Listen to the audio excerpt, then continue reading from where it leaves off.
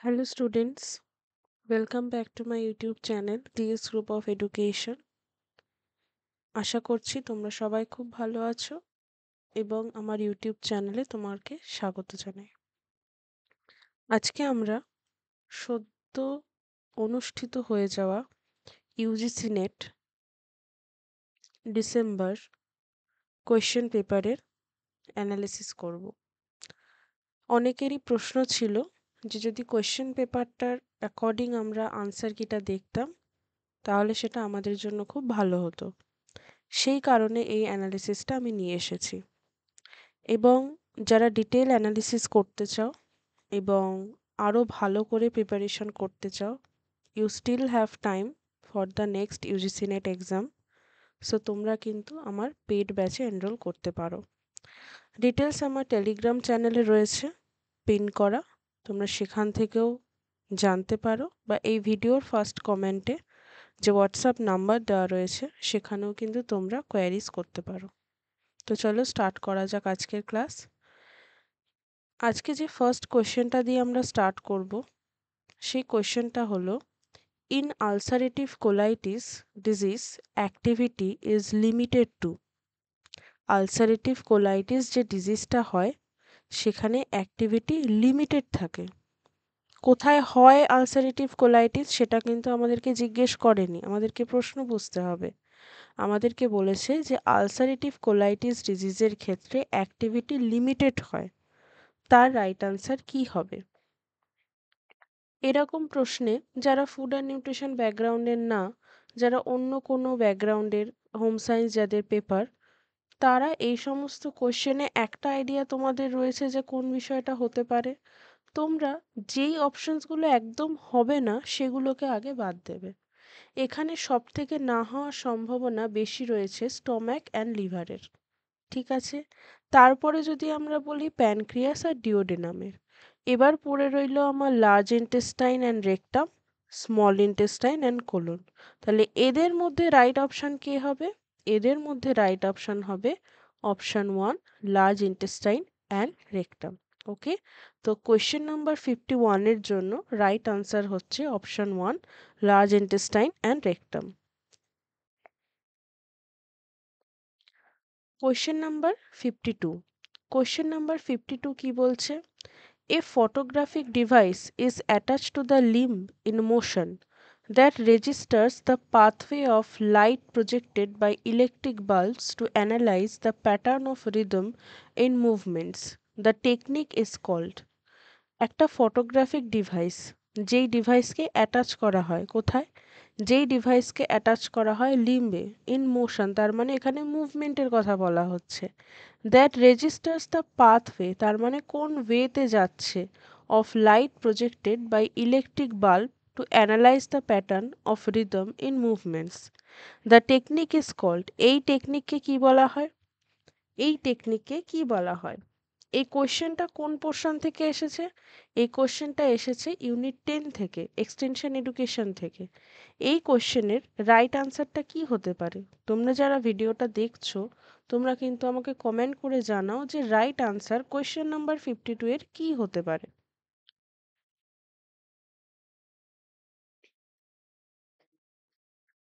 Question number 52 এর right answer কি হতে পারে? এখানে রাইট আনসার হবে সাইকেল গ্রাফ। দেখো, মাইক্রো মোশন ফিল্ম অ্যানালিসিস হবে না, মেমো মোশন ফিল্ম অ্যানালিসিস হবে না।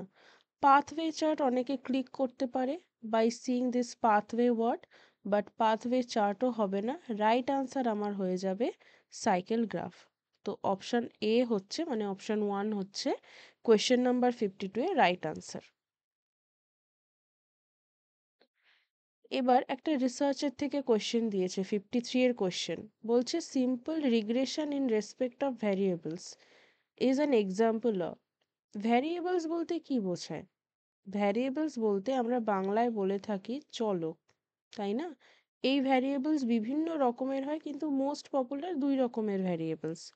একটা হচ্ছে আমাদের ইন্ডিপেন্ডেন্ট, একটা হচ্ছে আমাদের ডিপেন্ডেন্ট।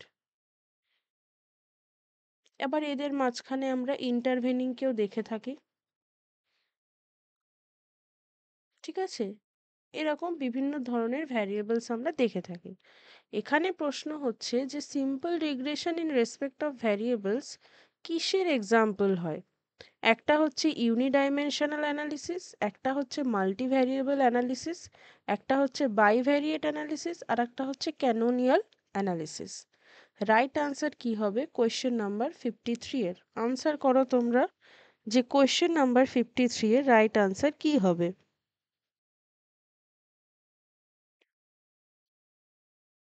কোয়েশ্চেন নাম্বার 53 এর রাইট আনসার কি হবে?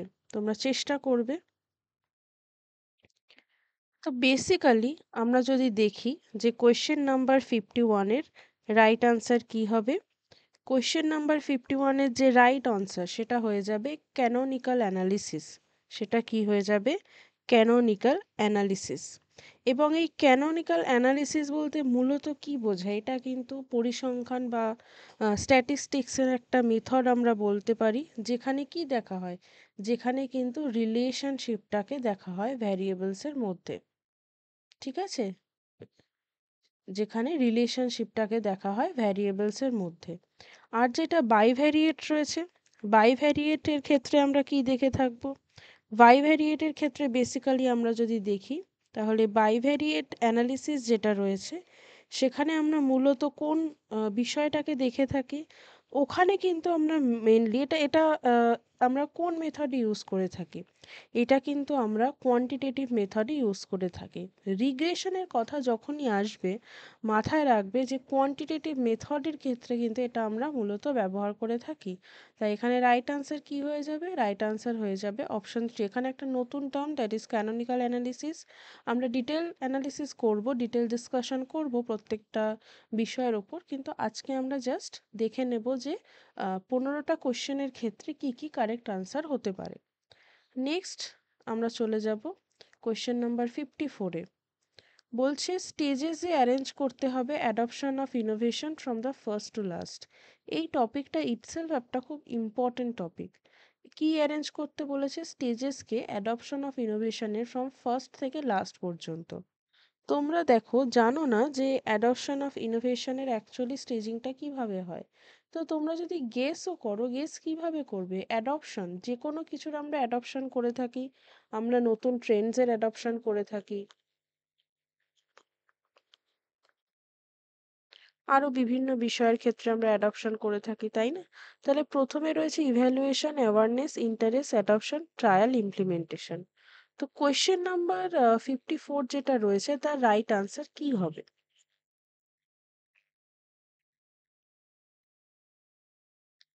দেখো প্রথমে যদি আমরা দেখি, প্রথমে হচ্ছে ইন্টারেস্ট, আমার যে আগ্রহ, সেই আগ্রহটা জাগাতে হবে, সেই আগ্রহটা তৈরি করতে হবে, তাই না? কিন্তু আগ্রহর আগে যদি আমরা দেখি, তাহলে আগ্রহর আগে কি আমরা দেখব? আগ্রহর আগে যদি আমরা দেখি অ্যাওয়ারনেস, কোনো একটা বিষয়ের ওপর আমার কতটা জাগরুকতা রয়েছে সেটা দেখতে হবে। তারপর কি? তারপর হচ্ছে ইন্টারেস্ট। ইন্টারেস্টের পর আমি বিষয়টার প্রতি একটা মূল্যায়ন করব, এবং তারপর কি করব? ট্রায়াল হবে। ঠিক আছে? তারপর হবে ট্রায়াল, এবং লাস্টে গিয়ে আমি ওটা অ্যাডপ্ট করব। তার মানে ডি আমার লাস্টে আসবে। ঠিক আছে? এবার আমি যদি কোনো একটা দেখতাম যে কোনটা ফার্স্টে আসবে, ফার্স্টে অ্যাওয়ারনেস, তাহলে আমার অপশন 3 হয়ে যাবে রাইট আনসার। তাহলে কোয়েশ্চেন নাম্বার 54 এর রাইট আনসার হয়ে যাবে আমার অপশন 3। কোয়েশ্চেন নাম্বার 55 কি রয়েছে? এখানেও কিন্তু স্টেজেসে অ্যানালিসিস করতে হবে, steps of processing in data in সিকোয়েন্সের। এটাও কিন্তু একটি রিসার্চের কোশ্চেন। এখানে বেসিক্যালি যে স্টেপিংটা দিয়েছে, সেই স্টেপিং এর ক্ষেত্রে যদি আমরা দেখি, স্টেপিংটা কি করতে হবে? ডেটাকে আমাকে অ্যারেঞ্জ করতে হবে। কোয়েশ্চেন নাম্বার 55 এর রাইট আনসার কি হবে?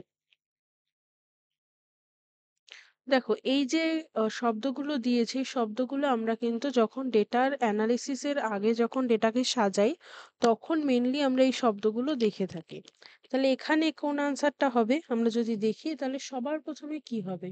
সবার প্রথমে এডিটিং। আমার কাছে কিছু ডেটা রয়েছে, আমার কাছে কিছু র ডেটা রয়েছে, সেগুলোকে এবার সাজাতে গোছাতে হবে।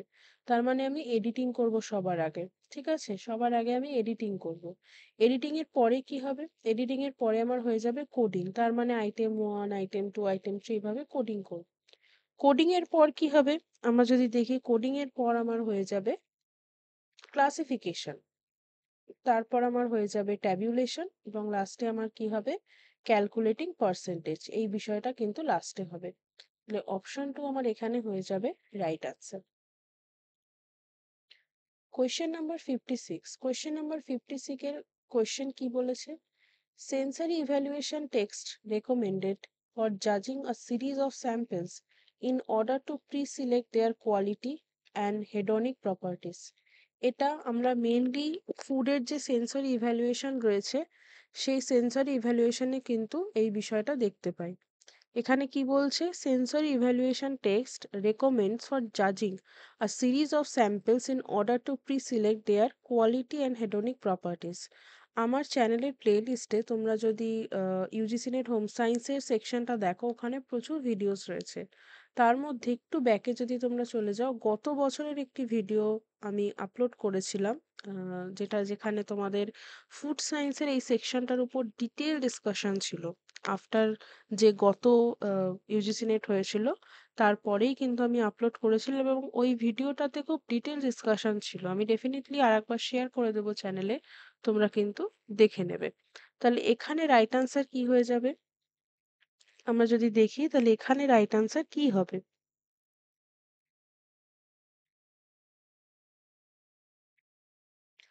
দেখো, এখানে মেনলি যদি আমরা দেখি তাহলে রাইট আনসার কি হবে? এখানে কি বলেছে? এখানে অর্ডারের কথা বলেছে। তাহলে এখানে র‍্যাংকিং টেস্ট আমার হয়ে যাবে রাইট আনসার। নেক্সট কোয়েশ্চেন আমার কোয়েশ্চেন নাম্বার 57। কোয়েশ্চেন নাম্বার 57 এর ক্ষেত্রে কি বলেছে? বলেছে name the theory that had stated that family is not an objective, concrete reality. It is a social construct subject to societal norms and changes. এই থিওরিটার নাম বলো। কোন থিওরি হবে? কোন থিওরি এখানে রাইট আনসার হবে? এখানে কি বলা হচ্ছে যে কোন থিওরি সাজেস্ট করছে, যেখানে বলা হয়েছে family is not an objective, it's a concrete reality, it is a social construct subject to societal norms and changes. এখানে রাইট আনসার কি হবে? এখানে রাইট আনসার হবে সিম্বলিক ইন্টারঅ্যাকশনিজম। ঠিক আছে? এখানে রাইট আনসার হবে symbolic interactionism. Next question. Next question হচ্ছে কোয়েশ্চেন নাম্বার 58। কোয়েশ্চেন নাম্বার 58 কি রয়েছে? Sequence of food production cycle. তার মানে ফুড প্রোডাকশন সাইকেলের যে সিকোয়েন্স, সেই সিকোয়েন্সটা মেনলি কিন্তু আমাদেরকে দেখতে হবে। তাহলে কি হবে? কোয়েশ্চেন নাম্বার আমরা যদি দেখি তাহলে কোয়েশ্চেন নাম্বার 58 এর রাইট আনসার কি হবে?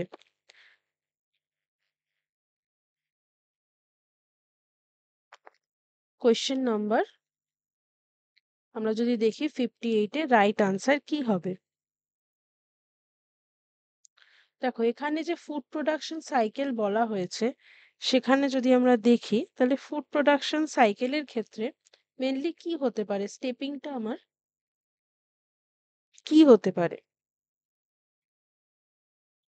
ফার্স্ট হচ্ছে ফুড প্রকিউরমেন্ট, তারপর হচ্ছে স্টোরেজ। তার মানে ফার্স্টে ফুডকে আমাকে আনতে হবে, তারপর আমাকে স্টোর করতে হবে, তারপর হচ্ছে মেনু প্ল্যান করতে হবে, তারপর হচ্ছে ফুড প্রোডাকশন এবং লাস্টে হচ্ছে ফুড ডেলিভারি অ্যান্ড সার্ভিস। তো আমার যে অপশন রয়েছে 3, সেটা আমার রাইট আনসার হবে। নেক্সট কোয়েশ্চেন কি রয়েছে? Process of package dyeing in sequence. Right the process of package dyeing in sequence. তাহলে এই কোয়েশ্চেনটা রাইট আনসার কি হবে? কি কি বলেছে? Dyeing, drying, cheese winding, carrier loading, hydro extraction. তাহলে এখানে রাইট আনসার কি হবে? ফার্স্টে কি হবে? ফার্স্টে হবে চিজ ওয়াইন্ডিং। চিজ ওয়াইন্ডিং এর পর কি হবে? Career loading. ক্যারিয়ার লোডিং এর পর কি হবে? ডাইং। ডাইং এর পর কি হবে? Hydro extraction. অ্যান্ড লাস্টে কি হবে? ড্রাইং। ঠিক আছে? It's very easy. যদি আমি লাস্ট অপশনটাকেও নিয়ে নিতাম, আমি কিন্তু আনসারটা করতে পারতাম। তো option 3 is the right answer. Next question রয়েছে অপশন দিয়ে, সেই অপশনগুলোর সাথে তোমাকে অ্যারেঞ্জ করতে হবে। কোয়েশ্চেন নাম্বার 60 দেখো, মেক ইন ইন্ডিয়া রয়েছে, সর্ব শিক্ষা অভিযান, স্বচ্ছ ভারত অভিযান, আয়ুষ্মান ভারত। আয়ুষ্মান ভারত মেক ইন ইন্ডিয়ার সাথে কি যাবে? সর্ব শিক্ষা অভিযানের সাথে কি যাবে? স্বচ্ছ ভারত অভিযানের সাথে আমরা সবাই জানি সি এর সাথে 4 হবে। সি এর সাথে 4 হবে। সি এর সাথে 4 দুটো জায়গায় রয়েছে। তার মানে এই অপশন আর এই অপশনটা চলে যাবে। আমার কাছে পড়ে রইল দুটো অপশন। এবার যদি আমি দেখি তাহলে সর্ব শিক্ষা অভিযানের সাথে কি যেতে পারে? অবভিয়াসলি বি এর সাথে 1 যাবে, তাই না? বি এর সাথে 1 যাবে। তো option 3 is the right answer. Okay? Question number যদি আমি দেখি নেক্সট কোয়েশ্চেনে রয়েছে 61। 61 এ ম্যাচ করতে হবে। ম্যাচিং এ তোমাদেরকে বলেছে যে এখানে standard of weights and measures enforcement act 1985 match the penalties with their first offence. তাহলে রাইট অ্যান্সার কি হবে?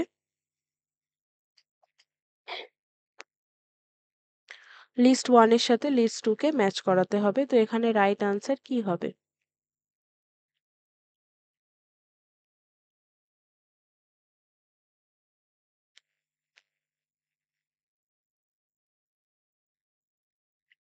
দেখো এর সাথে কি হবে? Making, selling or using weights and measure other than those prescribed under act.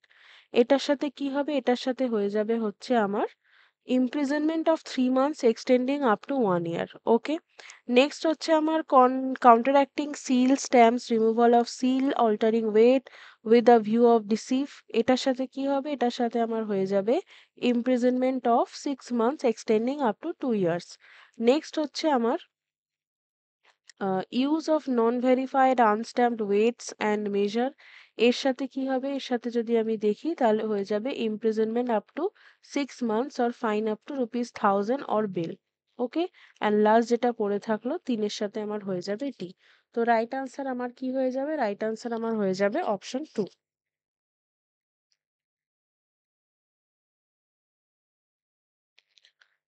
Next question হচ্ছে select the advantage of using PRA participating rural appraisal. এর অ্যাডভান্টেজেস কি? এর অ্যাডভান্টেজেস কি হবে? এখানে 5টা অপশন দেওয়া রয়েছে, তার থেকে যে কোনো 3টে সিলেক্ট করতে হবে। কি হবে? দেখো, এখানে বলেছে raised expectation of the rural people, তাই কি? না, এটা কিন্তু নেগেটিভ শোনাচ্ছে। Increase in the devolution of responsibility from implementing agencies to rural people. এটা যদি আমরা দেখি কাইন্ড অফ কিন্তু এটা একটু ঠিক হতেও পারে। Increase in the opportunities for adoption of rural people, হ্যাঁ এটাও আমি নেব। Enhance training cost once rural people became trainers themselves, তাই কি? না, এটা কস্টিং এর ব্যাপার এসে যাচ্ছে, তো এটাকে আমি নেব না। Improve capacity of development workers in government and NGOs, হ্যাঁ এটাকে আমি নেব। তো বি সি ই আমার হয়ে যাবে রাইট আনসার। নেক্সট কি বলছে? নেক্সট বলছে set in slip. Set in স্লিপের ভ্যারিয়েশনস কি? This is a very easy question. Question number যদি আমি দেখি, কোয়েশ্চেন নাম্বার 63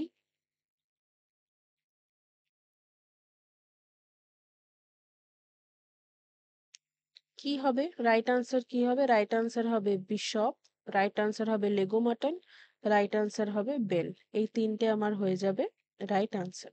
ওকে? তো অপশন 4, সরি অপশন যদি আমি দেখি 3, option 3 is the right answer. Next question হচ্ছে আইডেন্টিফাই দ্য সিম্যান্টিক ব্যারিয়ার, শব্দার্থ in communication from list given below. কি বলা হয়েছে? Wrong translation, use of jargon and technical terms, difference in attitude, too much information, use of words with different meaning. তাহলে question number 64 এর right answer কি হবে? Answer করো তোমরা। Question number 64 এর রাইট আনসার কি হবে? এখানে দেখো কি বলা আছে, রং ট্রান্সলেশন সিম্যান্টিকের সাথে যায় একদম। অপশন এ আমি নেব, সবার ক্ষেত্রেই অপশন এ আছে। অপশন এ আমি দেখতে পাচ্ছি। তারপর কি বলছে? Use of jargon and technical terms, হ্যাঁ অপশন বি আমি নেব, বি রয়েছে, তার মানে আমার এখানে এটা এই দুটো অপশন কেটে গেল। ডিফারেন্স ইন অ্যাটিটিউড, নো, এটা নেওয়া যাবে না, তার মানে এই দুটোর মধ্যে সি রয়েছে, সি চলে গেল, তার মানে আমার টু অপশনটাও চলে গেল, পড়ে রইল চার। 4 নম্বর অপশনটা আমার রাইট আনসার হবে। তাহলে এ, বি আর ই হচ্ছে use of words with different meaning, এটা কিন্তু আমার এই কোশ্চেনের সাথে যাবে। অ্যান্ড আজকের last question, if a researcher selects every 10th name on a record it will be called, এটাকে আমি কি বলবো? যদি রিসার্চার প্রত্যেক 10 জন অন্তর নাম নেয়, মানে ও ডেটা কালেক্ট করছে, স্যাম্পলিং এর ক্ষেত্রে যদিও প্রত্যেক 10 জন অন্তর সেই বিষয়টা করে থাকে, তো আমরা সেটাকে কি বলবো? কোয়েশ্চেন নাম্বার 65, আজকের লাস্ট কোয়েশ্চেনের আনসার করো তোমরা।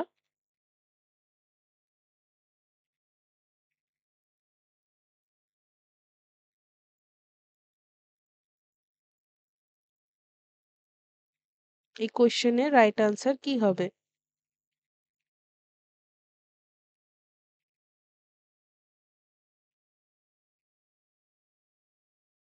এটা হয়ে যাবে সিস্টেমেটিক স্যাম্পলিং। কারণ ১, ২, ৩, ৪, ৫, ৬, ৭, ৮, ৯, ১০, ১১, ১২, ১৩, ১৪, ১৫, ১৬, ১৭, ১৮, ১৯, ২০। ১০ জন করলো, তারপর ২০ নম্বর জন, তারপর ঠিক ৩০ নম্বর জন, তারপর ঠিক ৪০ নম্বর জন। একটা কিন্তু সিস্টেমেট ফলো হচ্ছে। এখানে না কোনো জাজমেন্ট, না কোনো সিম্পল র‍্যান্ডম, না কোটা স্যাম্পলিং, কিচ্ছু এপ্লাই হচ্ছে না। সিম্পলি এখানে আমি দেখতে পাচ্ছি যে সিস্টেমেটিক স্যাম্পলিং ফলো আপ হচ্ছে। So this is all for today. আমরা নেক্সট সানডে আবার ১৫টা কোশ্চেন নিয়ে আসবো এবং এইভাবে কিন্তু আমরা ২০২৪-এর ডিসেম্বরে হয়ে যাওয়া যে ইউজিসি নেট এক্সামিনেশন তার কোয়েশ্চেন অ্যানালিসিস করব। তোমাদের যদি কোনো টপিকের ওপর ভিডিওর প্রয়োজন হয়, তোমরা চাইছো যে ওই টপিকের ওপর বাংলায় এরকম ডিসকাশন হোক, তাহলে ডেফিনিটলি কিন্তু আমাকে কমেন্টে জানাবে এবং পেইড ব্যাচ রিগার্ডিং কোয়ারিজ এর জন্য আমার ডেসক্রিপশনটা দেখে নেবে ভিডিওর, এবং আমি ফার্স্ট কমেন্টে যে লিঙ্কটা দিয়েছি সেখান থেকেও কিন্তু তোমরা কোয়ারিজ করতে পারো। So this is all for today. Next ভিডিওর জন্য অবশ্যই তোমরা জুড়ে থাকবে। তোমরা জানো যে Monday, Tuesday and Wednesday everyday 1 PM free class আসছে, থিওরি ক্লাস। আমরা ইউনিট 4 করছি এবং সানডে পিওয়াইকিউ ডিসকাশন হচ্ছে। তো অবশ্যই ভালো করে পড়াশোনা করবে অ্যান্ড নেক্সট ভিডিওর জন্য অবশ্যই চ্যানেলের সাথে থাকবে। Thank you for watching.